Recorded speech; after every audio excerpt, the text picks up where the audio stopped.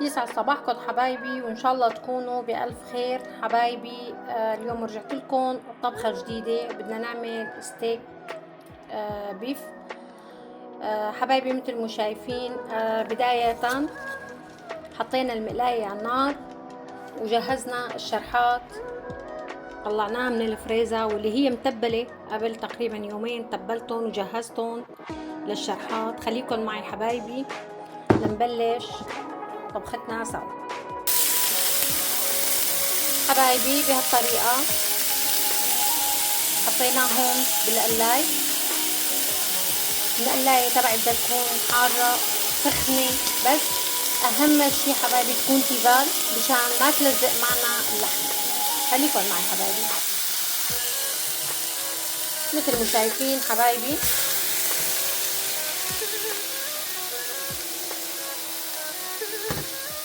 قلبناها على الوش الثاني مشان تتحمر كمان. خليكن معي لنخلص الكمية اللي عنا، برجع لكم لنكفي طبختنا سوا حبايبي. في نفس المقلاية بعد ما رفعنا الشرحات اللحمة بننزل الفطر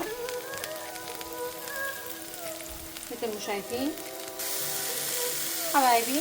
شايفين الفطر بنحطه بهالطريقة هاي، بنقليه بنكهة اللحمة اللي بعد ما قلينا اللحمة صارت عنا مثل ما شايفين، مشان يضل عنا قرشة للفطر. ما بدنا نحطه احنا مع السوائل، بتروح قرشته للفطر. فيكي ست البيت طبعا الكمية مثل ما بتقدرها ست البيت.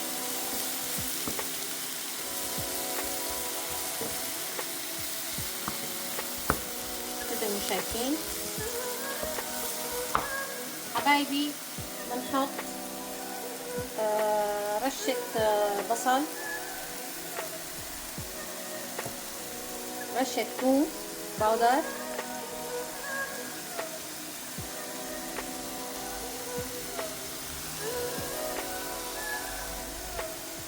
رشة فلفل،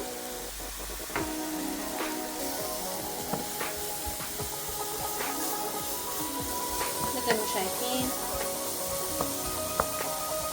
بدنا ننزل اللحمة مثل ما شايفين، نزلنا اللحمة فوق الفطر. بدنا نزيد مي عشان تستوي معنا اللحمة حبايبي. مثل ما شايفين حطيناها، بدنا نغطيها ونتركها مشان تستوي اللحمة وتتسبك.